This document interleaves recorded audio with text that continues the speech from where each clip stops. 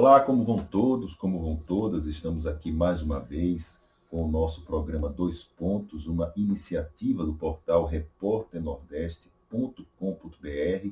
Nós estamos aqui transmitindo esse programa através do Repórter Nordeste TV, a sua nova opção pelas redes sociais. E nós começamos aqui o nosso programa sempre ao lado da escritora e cientista social Ana Cláudia Laurindo. E hoje a gente vai abordar algumas situações interessantes do cenário político nacional, enfim, e começando com Jair Bolsonaro, que usou o Twitter para espalhar fake news e que a esquerda quer descriminalizar a pedofilia. O presidente Jair Bolsonaro acusou novamente, sem provas, que a esquerda busca meios de descriminalizar a pedofilia, transformando-a em uma mera doença ou opção sexual. A postagem foi feita na terça-feira nas redes sociais. A respeito, ele comentava sobre o projeto de lei da ministra da Mulher, da Família e dos Direitos Humanos, Damares Alves, que sugere um aumento na pena de crimes sexuais praticados contra crianças e adolescentes. Um velho boato que Bolsonaro tenta espalhar mais uma vez pelas redes sociais. Aliás, boato não, notícia falsa mesmo, fake news. Lembrando que os boatos, os fake news foram bastante disseminados, referentes à opção sexual, enfim, durante a campanha eleitoral, com ataques diretos à campanha de Fernando Haddad, com os disparos pelo WhatsApp, sugerindo que o Partido dos Trabalhadores ele implantaria nas escolas uma mamadeira de piroca, enfim, com um objeto fálico na ponta, para poder incentivar as crianças a um contato mais precoce em relação ao sexo. Isso segundo a ótica, a visão do bolsonarismo, que tomou conta da campanha eleitoral. E também a gente viu que naquela troca de ataques que existiu entre Jean Willis e Alexandre Frota, o Frota exatamente levantou essa questão da tentativa que existiria do Jean Willis de tentar descriminalizar, enfim, a questão da pedofilia no país. Eu pergunto exatamente para a cientista social Ana Cláudia Laurindo, como é que fica essa questão? Assim, vira e mexe, a gente percebe que o Bolsonaro ele investe novamente nessa questão dessa campanha da difamação, da injúria, tentando mais uma vez e sempre criminalizar a esquerda, que se criminaliza a esquerda, mas sempre usando o velho golpe baixo, o velho fake news, para tentar reacender isso daí, não é isso, Ana Cláudia? Olá, Odilon. Olá, o nosso telespectador internauta, você que é parceiro e incentivador deste nosso trabalho de informação, formação, diálogo, exposição de opinião e interação também, porque existe a possibilidade de você conversar conosco, falar sobre o aspecto sexualizado das fake news que Bolsonaro e sua trupe começaram a naturalizar no dia a dia da nossa população, e muito mais além do que este fenômeno, porque o fenômeno em si, ele começa e termina em um meme, passa pela rede e segue. Mas e o rastro que ele está deixando na formação de opinião, de entendimento, e o que influencia posicionamentos, atitudes, relações na nossa sociedade? Digamos que Bolsonaro identificou com sua equipe, que demonstra ter um perfil multidisciplinar, demonstra ter o conhecimento e a aplicação da semiótica, demonstra entender de análise de discurso, porque é uma equipe que localiza os pontos nos quais o seu principal agente deve investir para manter uma política de caos e de inconstância que vai afetando, vai desestabilizando sempre a nação, impedindo com isso a formação sólida de uma identidade, de uma adesão a causas coletivas, mais populares, mais humanitárias.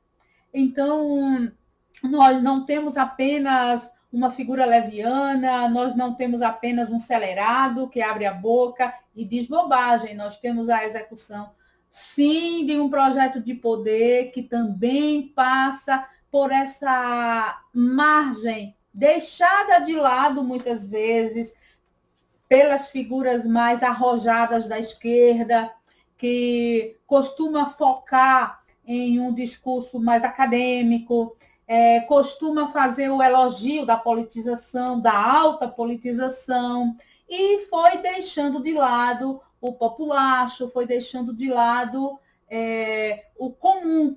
E essa equipe de Bolsonaro, que desde a campanha começa a atuar em território nacional, porque antes da campanha já era uma equipe que trabalhava a sua base, maioria evangélica, no Rio de Janeiro.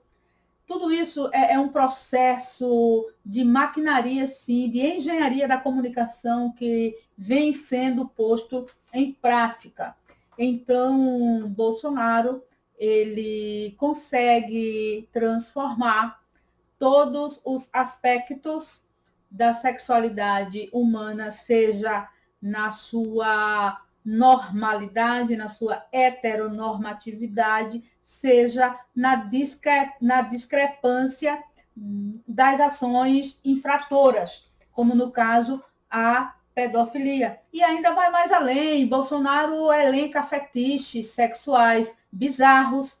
Bolsonaro, ele ensinou ao país que se espantou o que era o festival de urina no ato sexual. Então, percebamos que existe um requinte de perversão transformada em política, propaganda, condução, manipulação, influência.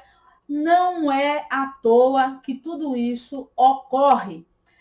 O foco na orientação sexual dos indivíduos, sempre dando um timbre de desrespeito e de perseguição à homoafetividade em todas as suas formas de expressão, que hoje contam com mais de 5 denominações, e por isso eu nem vou arriscar trazê-las aqui, mas foi a tônica que nacionalizou Bolsonaro a partir da Globo, a partir das suas aparições e a partir das reações que foram provocadas nas redes sociais. Ou seja, o Brasil pegou a isca, Bolsonaro jogou a isca, o Brasil mordeu a isca e as próprias comunidades simpáticas à pauta LGBT,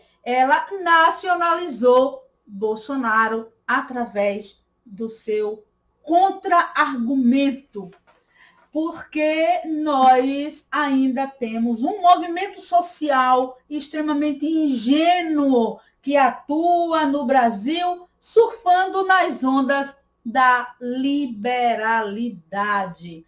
As ondas liberais, elas fragilizam os movimentos se tornam alvos de projetos de dominação, como este de Bolsonaro, que além de ser a necropolítica e a política 100% favorável ao mercado e ao poder, é também um projeto de base moralizante, porque Bolsonaro não conseguiu viver 30 anos na vida pública carioca à toa. Há quem diga que a milícia tenha sido o braço mais forte de Bolsonaro, mas quem estuda política sabe que apenas um recurso ele não será suficiente para eleger ninguém, mesmo que exista injeção de dinheiro na campanha. É necessário solidificar uma imagem, cristalizar uma imagem em pelo menos um público votante. E Bolsonaro, que nunca demonstrou timbres de religiosidades verdadeiros, localizou na comunidade evangélica o espaço para trabalhar a sua antiética moralista e moralizante, utilizando-se para isso de exemplos da sexualidade humana, que onde ele toca, vira horror. Mais uma vez, resgatamos a história da pedofilia.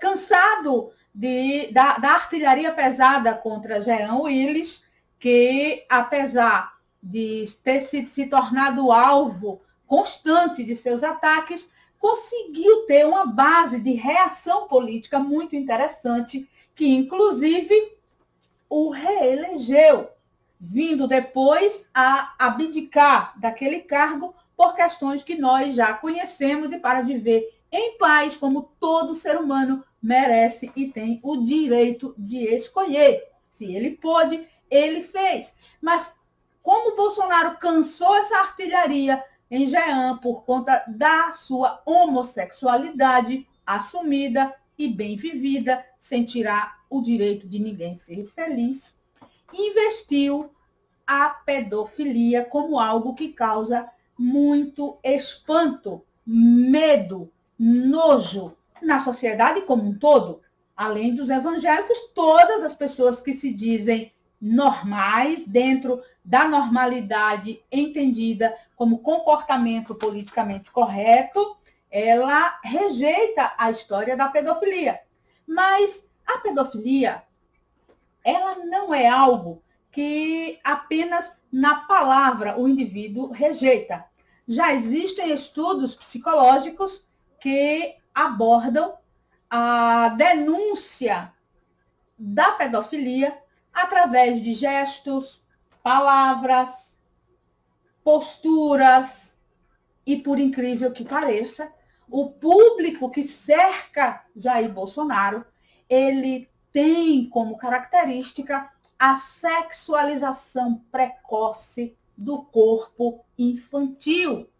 Se para bom estudioso isso é um indicativo, nós poderemos dizer que, desde a fictícia cartilha que foi montada dizendo que tinha sido uma criação do MEC na época do governo petista, e é aí que é ficção, porque ela não foi, ela não existiu e nunca chegou à escola nenhuma, mas foi montada como estratégia de campanha no período bolsonarista e materializou, porque nós chegamos, Odilon, a pegar, a ver uma dessas cartilhas forjadas. E o corpo infantil, ele é colocado intencionalmente de uma sexualização precoce também visível. Expõe exatamente aquilo que não deve ser, mas parece que no fundo tem que ser. Então, o tempo todo diz que não pode. Nossa não pode, reflexão, mas... ela justamente fecha em cima de o material utilizado pelos bolsonaristas, ele é extremamente pedófilo. Ele é um material mesmo de caráter pedófilo. Né? Então, utiliza do discurso da pedofilia em uma mentira, em uma notícia falsa, para afetar Jean Willis e distribui uma cartilha com o corpo infantil sexualizado com precocidade, dando indícios de que mentes voltadas para este tipo de estímulo estão atuando nestes bastidores. Para o público brasileiro que anda desatento desde que esse tumulto todo começou, vale mais um desafio, uma provocação, um questionamento. Você já pensou neste aspecto do bolsonarismo como algo extremamente pedófilo em seu fundo discursivo? É algo para pensar.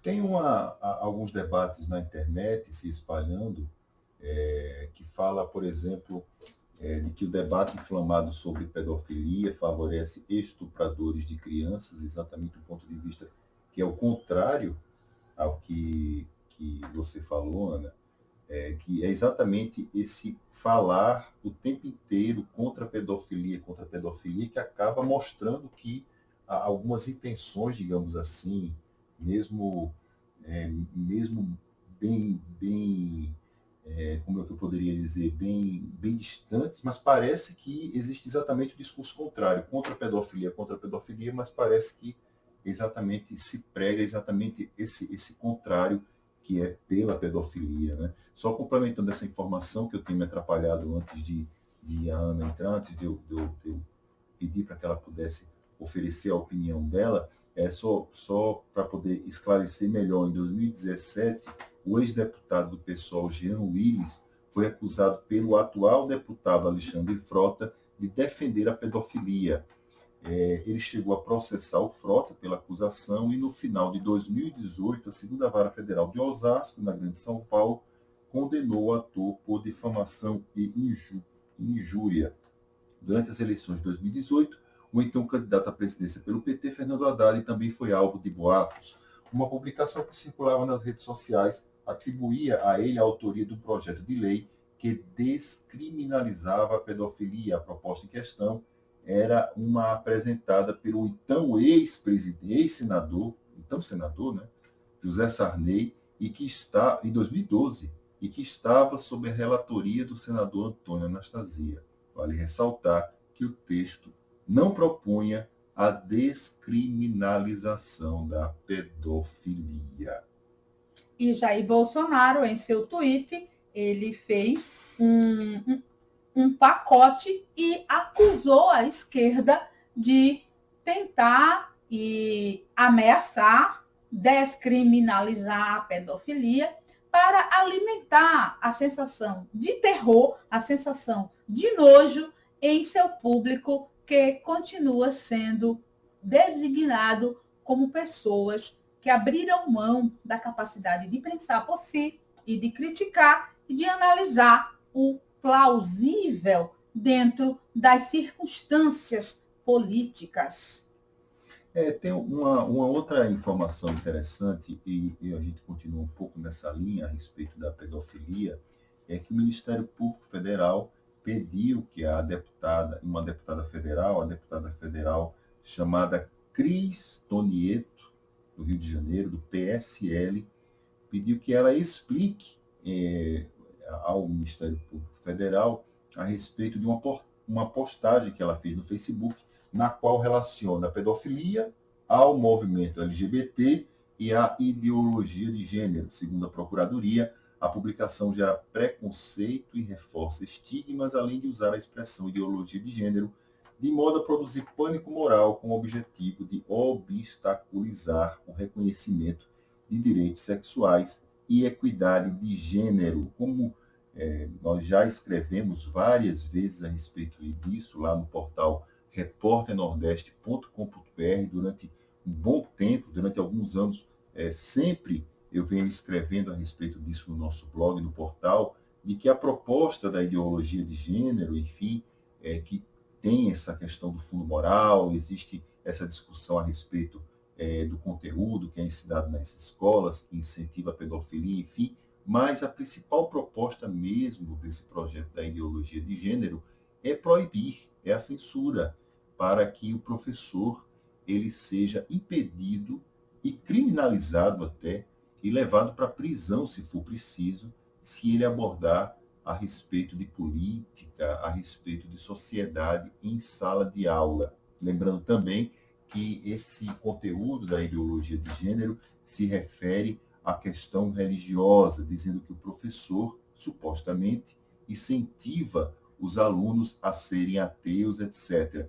O que é uma situação muito complicada, porque, Ana Cláudia, a gente vai ter se a ideologia de gênero, que é algo que não existe, passar a existir, ou seja, a gente tira algo que não existe nas escolas, aí esse algo começa a existir, então a gente vai ter uma caça às bruxas nas escolas. Serão identificados e denunciados os professores que colocarem determinados conteúdos sobre política em sala de aula, conteúdos sobre política que desagradem o grupo que está no poder, e dizendo que esse professor é comunista e outros congêneres, e, ao mesmo tempo, também vai fazer com que os professores que ensinem, por exemplo, filosofia, e aí abordem autores, escritores, pensadores, que falem, que são ateus, notadamente ateus, como Marx, como Nietzsche, enfim, esses autores, ou então que falem a respeito da evolução das espécies, como Darwin, essas pessoas possam ser controladas e até mesmo, como hoje se usa bastante esse termo, canceladas, não é isso?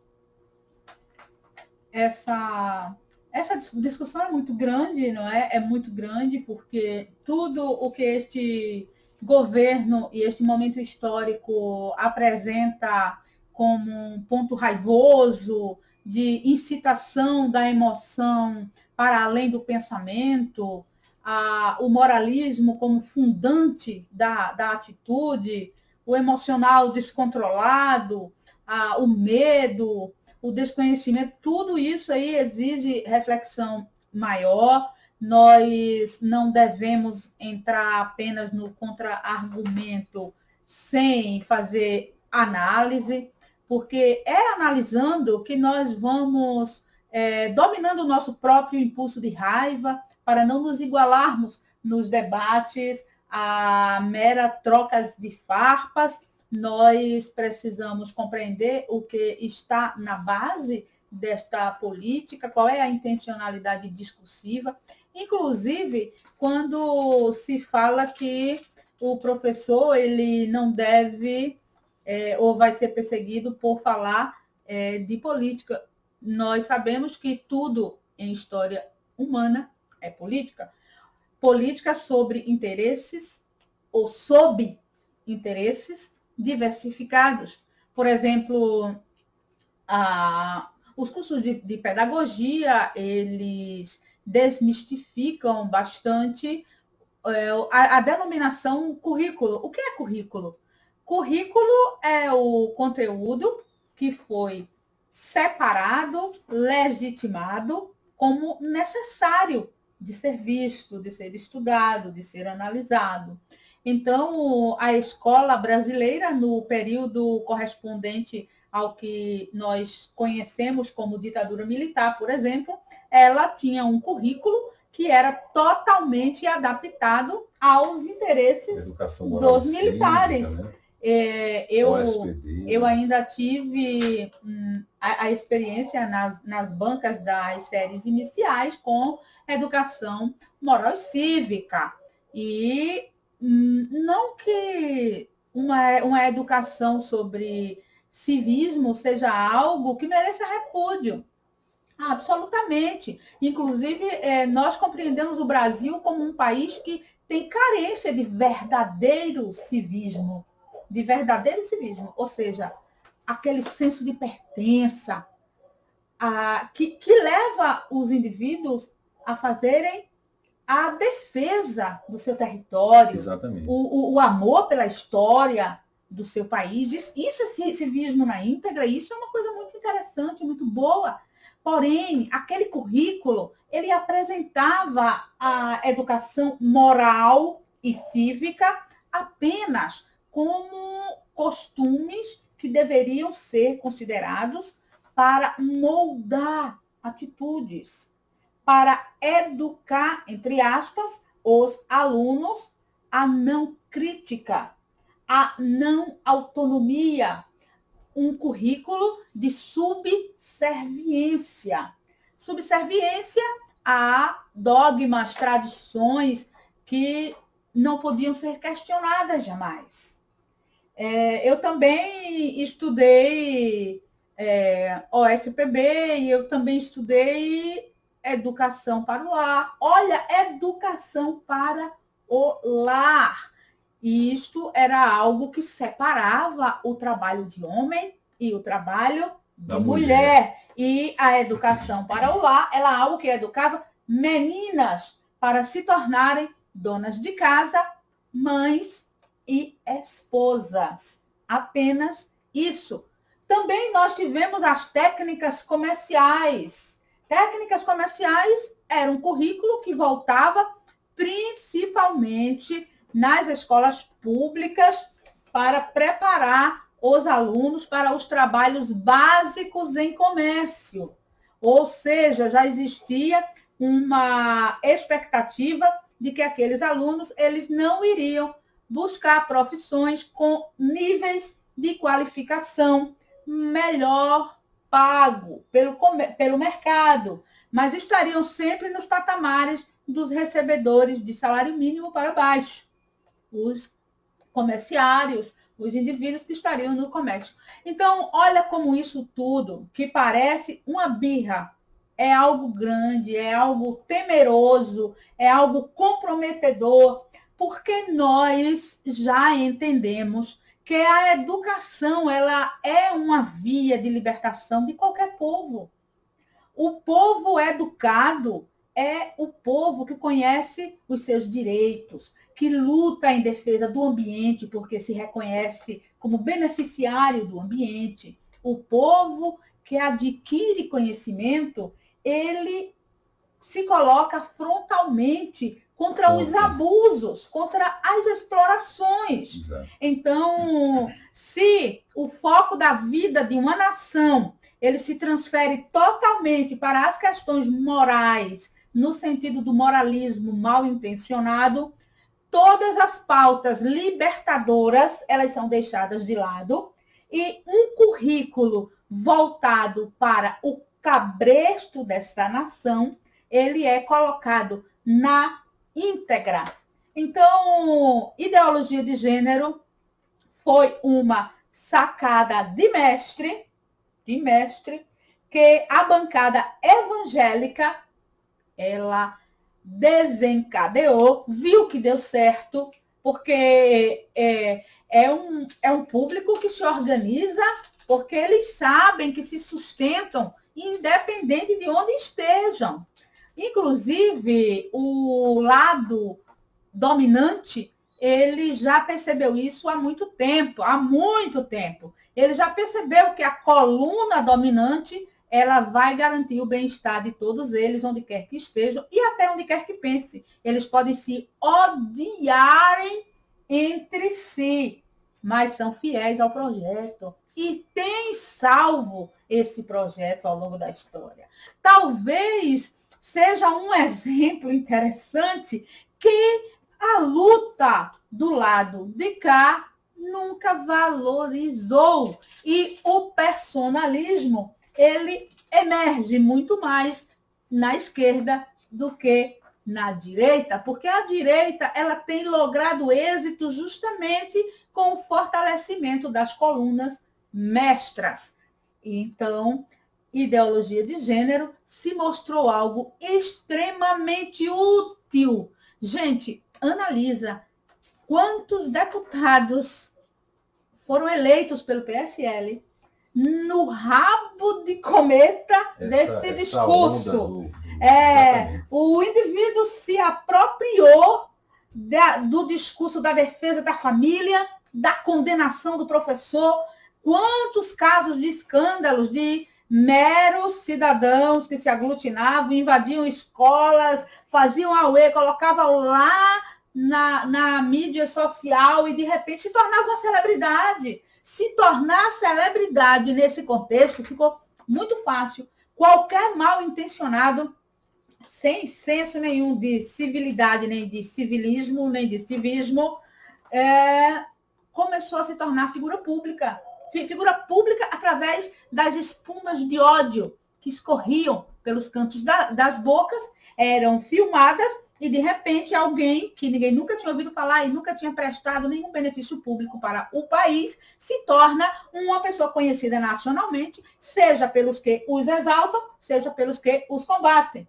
Então, a mídia social ela foi o veículo deste veneno e que não é apenas um discurso, ele é um projeto que, infelizmente, ganhou fôlego com a eleição de Jair Bolsonaro e que não vai desistir fácil de continuar insuflando a própria vida. Eles são balões de gás que tem que estar lá em cima para que o público continue elegendo e reelegendo. Só pegando o gancho dessa eleição e reeleição, Bolsonaro comprou partidos para barrar impeachment de senador eleito na onda bolsonarista. O senador Major Olímpio disse que seu partido negocia cargos na administração federal em troca dos votos para Bolsonaro permanecer no poder. E quantos outros estarão fortalecendo esta proposta? Bolsonaro não está sozinho em ganhos. Muitos estão ganhando com esta política. Por isso que quando a nossa indignação ela se refere a um único ponto de Bolsonaro, vale a pena acalmar os ânimos e começar a olhar um pouquinho mais ampliado, inclusive para os que estão em silêncio. Porque, olha, gente, o que está segurando o Bolsonaro não é o que grita, é justamente o que silencia. São aqueles que estão com todo o lucro e o benefício desta situação. Benefícios materiais e imateriais. Porque existe o ganho da hora, o ganho do cargo, o ganho do bom salário. Existem setores da sociedade brasileira que tiveram seus salários melhorados no governo Bolsonaro de maneira injustificada. Eles nem são tão essenciais assim para receberem tanto dinheiro a mais do que já recebiam. Então, nós temos vários setores supra-beneficiados por Bolsonaro, isso considerando o aspecto material, o aspecto imediato dos que silenciam e sustentam as bases deste governo. Mas também existem os ganhos simbólicos, existem também os ganhos políticos, existem os ganhos históricos. Os sonhos destes aglomerados que nos assustam pela sua suposta burrice e grande audácia e até capacidade de nos chocar como seres humanos, o sonho é perpetuar no poder. E eles vão fazer o possível, porque todos os estudiosos da política, eles alertam que aquele que está no poder fará o possível para dele não sair. E quando não segue este tipo de orientação, nós já sabemos o que é que acontece. Enquanto nós temos bolsonaristas, ou melhor, ex-bolsonaristas, os arrependidos, enfim, como é o caso do Major Olímpio, que deu entrevista longa na revista Época, dizendo que estava não só arrependido, como também não vai se candidatar à reeleição ao Senado, nem vai se candidatar ao governo de São Paulo em 2022, nós temos também os outros que não são os arrependidos, mas são os engajados no bolsonarismo, que se revelam a partir de alguns cliques que nós observamos na internet. Deputado é proibido de dar festas durante e após a pandemia. Uma vizinha do deputado federal Guilherme Mussi foi à Justiça de São Paulo e conseguiu uma liminar que proíbe parlamentar de dar festas na e depois da pandemia. Ela não aguentava mais o barulho que se arrasta há anos, apesar de sempre reclamar. Curioso é que mesmo na pandemia o comportamento do parlamentar não mudou. Chama atenção nessa história que teve que vir o Tribunal de Justiça para poder, o Tribunal de Justiça de São Paulo, para poder enquadrar o deputado bolsonarista. Faz parte do perfil dos que se designam bolsonarista raiz o não respeito àquilo que parece o mais lógico, o mais óbvio e até necessário. O próprio presidente, ele puxa esta carreata com várias aparições festivas e montando encontros festivos sem máscaras durante a pandemia. O fato, Odilon, é que nem todos os brasileiros poderão acionar a justiça contra os seus incômodos vizinhos bolsonaristas. E nem todos os brasileiros que acionem a justiça contra os atos dos seus incômodos vizinhos bolsonaristas receberão o êxito do seu pedido. E o nosso país, ele segue aos trancos e barrancos, deixando vizinhos trancados e assustados, bolsonaristas livres e irresponsáveis, afetando a segurança dos outros, e a história vai transformando tudo em meras informações, no máximo vira meme, que será substituído até que outra bizarrice venha a acontecer. Por isso é muito importante que neste instante da história do nosso país, pessoas que são dadas à pesquisa e à escrita registrem, historiografem.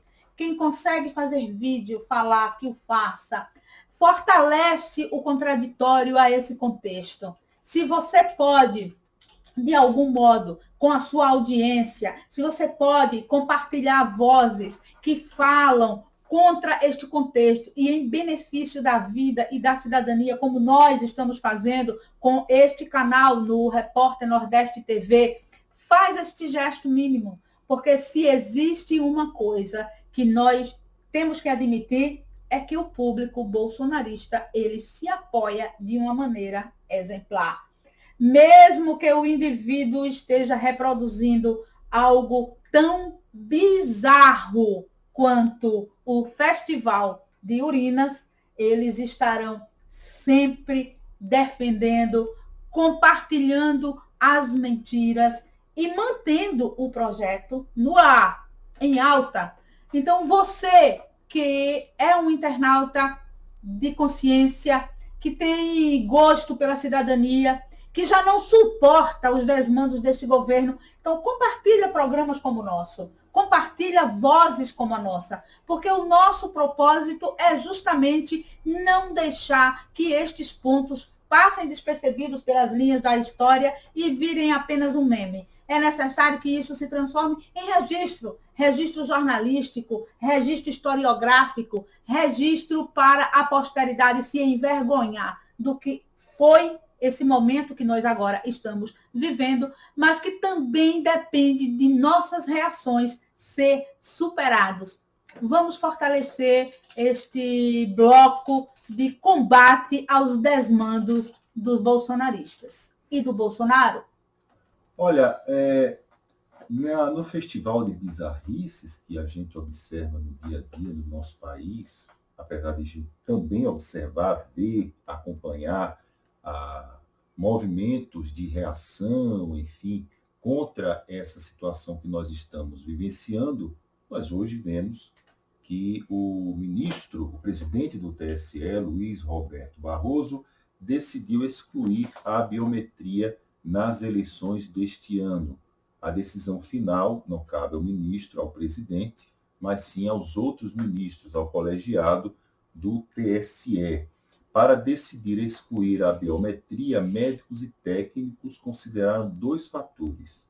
A identificação pela digital pode aumentar as possibilidades de infecção, já que o leitor não pode ser higienizado com frequência, e aumenta as aglomerações, uma vez que a votação com biometria é mais demorada do que a votação com assinatura no caderno de votações. Muitos eleitores têm dificuldade com a leitura das digitais, o que aumenta o risco de formar filas. Bom, como eleitor que sou, eu me permito discordar dessa conclusão do ministro Barroso, porque não é exatamente a biometria que atrapalha, numa sessão eleitoral, o fluir do voto, mas também existe uma dificuldade do eleitor de carregar um número imenso de pessoas às quais ele vai ter que votar naquele dia.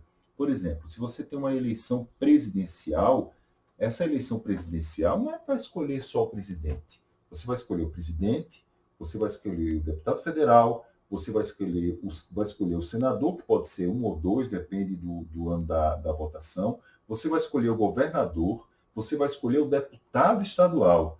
Então, o eleitor ele tem que carregar 5 números diferentes, ou melhor, 5 identificações diferentes, porque não são nem números, dependendo do candidato ao governo e presidente da República. 2 números para você digitar na urna. Candidato a deputado federal e deputado estadual, você também tem uma outra quantidade de números. Candidato ao Senado, você tem 2 números. Então, aliás, se eu não me engano, são 2 números ou são 3 números, agora eu não me lembro. Mas só para a gente poder sintetizar isso, para perceber que é exatamente essa dificuldade e não a leitura da biometria. Embora que essa eleição agora será somente para prefeito e vereador. Exato, mas a gente precisa levar em conta também, concordando com o que você está dizendo, é que só completando, é que a eleição foi transferida para novembro exatamente pelo risco que existe na pandemia, mas não seria mais fácil o presidente do TSE pressionar o presidente da República a resolver o problema da pandemia do Brasil? Por exemplo, existia uma conversa entre os poderes para que se defina o nome de um ministro. O ministro da Saúde, até hoje nós temos um interino no cargo, se existe uma política do presidente da República para que ele colabore usando máscara, incentivando as pessoas a usarem máscara, diminuindo o contágio do vírus, não seria mais fácil cobrar do presidente da República ao invés de penalizar o eleitor? A gente conversava até sobre isso e você falava, antes de a gente entrar no ar, e que isso pode aumentar, inclusive, o risco de existir o voto fantasma e os mortos votarem, enfim, já que vai ficar dependendo unicamente do caderninho lá com o nome digitado do eleitor, não é isso? E pensar na eleição desse ano, no momento da pandemia, é imaginar que a aglomeração ela não vai estar exatamente na hora que o indivíduo está na urna. Esse, inclusive, é o momento final da jornada aglomerativa que ele vai viver. Então, os riscos de contágio, provavelmente, eles serão maiores na fila do que mesmo no momento da biometria.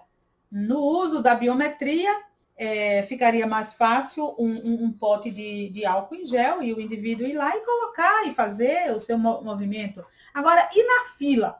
Nós sabemos que, por conta de toda essa contribuição desastrada do presidente e desse silêncio conivente e assassino das instituições, nós estamos vivendo um país enlouquecido no negacionismo da existência de um vírus.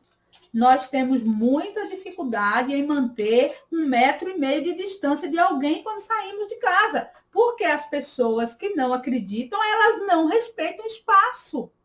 Então, como você vai reunir este país desobediente, este país às avessas, dividido entre quem tem medo e um grande número de quem nega? Como é que você vai conseguir colocar esse país nos eixos numa eleição?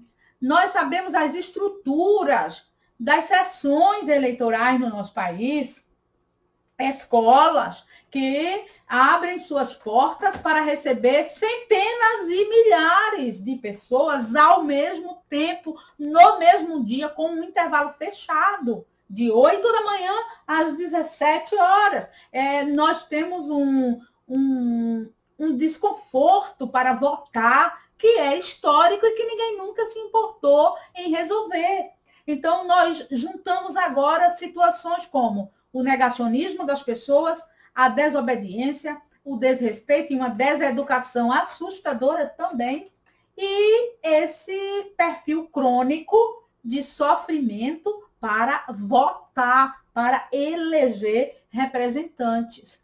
Então, a biometria seria, no nosso entender, o mínimo de risco neste processo de eleição. O verdadeiro risco estará nas filas, na proximidade. Existe uma guerra de forças no nosso país, usa máscara, não usa máscara, obriga, desobriga. Um diz que é para usar, o presidente diz não usa, e ele mesmo não usa. Quem vai garantir que todos os eleitores estarão com máscaras naquelas filas? Além de existir o risco da aproximação, existe a questão da máscara. Olha, é muita coisa para ser debatida, inclusive o risco de se reabrir uma ferida histórica, que é a corrupção na hora do voto. A biometria, de algum modo, ela traz uma perspectiva de segurança, porque a digital ela é algo próprio. No entanto, assinaturas falsas, votos de quem já morreu, votos de quem não foi à urna, enxertado lá, isso é corriqueiro na história eleitoral do nosso país, do Oiapoque ao Chuí. Então, além de existir o risco do contágio nas filas, sim, existe a possibilidade de estarmos voltando a um passado manchado pela corrupção no processo mesmo do voto, onde as urnas elas são enxertadas por grupos que fazem negociatas, às vezes até com os próprios presidentes de sessão. Muitos casos já foram elencados, grupos perdedores que entram com processos que são geralmente dirimidos e só tem êxito quando existe interferência política de Brasília. Nós aqui em Alagoas conhecemos casos assim.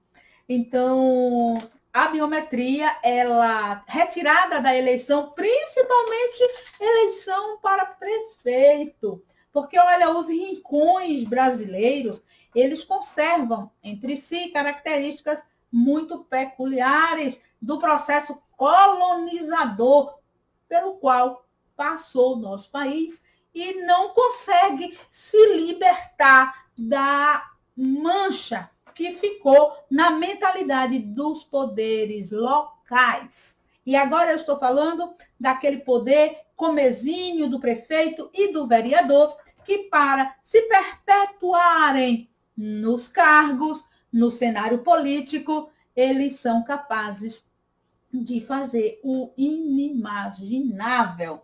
E agora, neste período em que o politicamente correto saiu de moda e a atrocidade, a verborragia, a fake news e a bizarrice se tornou o pão de cada dia na mídia do nosso país, o que vai impedir e o que vai garantir que não venham a ocorrer fraudes desde o momento do uso das urnas, a partir deste entendimento da retirada da biometria e na insistência de uma eleição como se não estivéssemos em uma pandemia sem cuidados, orientações, ou mesmo um ministro da Saúde.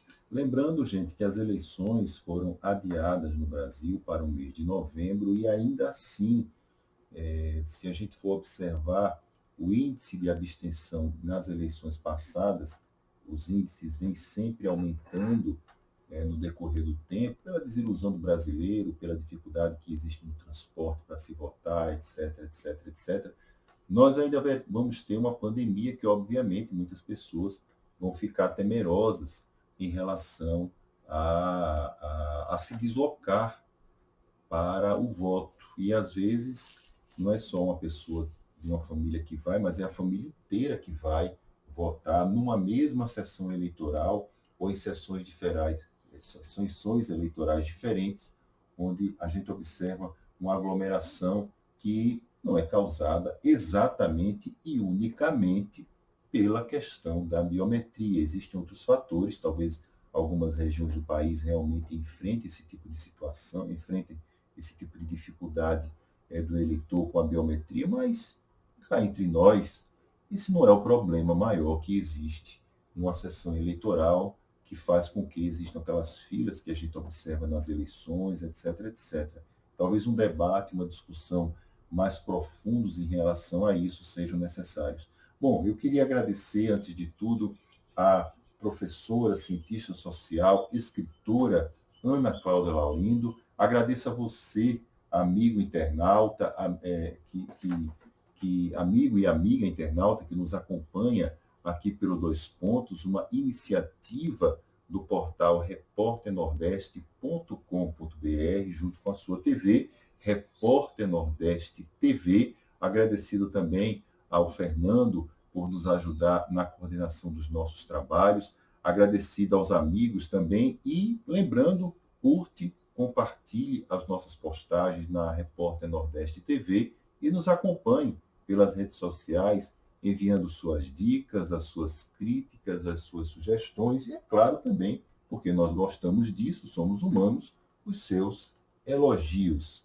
Grato a todos, até a próxima. Antes de finalizar, eu gostaria de dizer para vocês todos aí que nós temos um patrocínio da minha aparição, da minha participação nestes programas do Repórter Nordeste TV, que é Lotos Colares.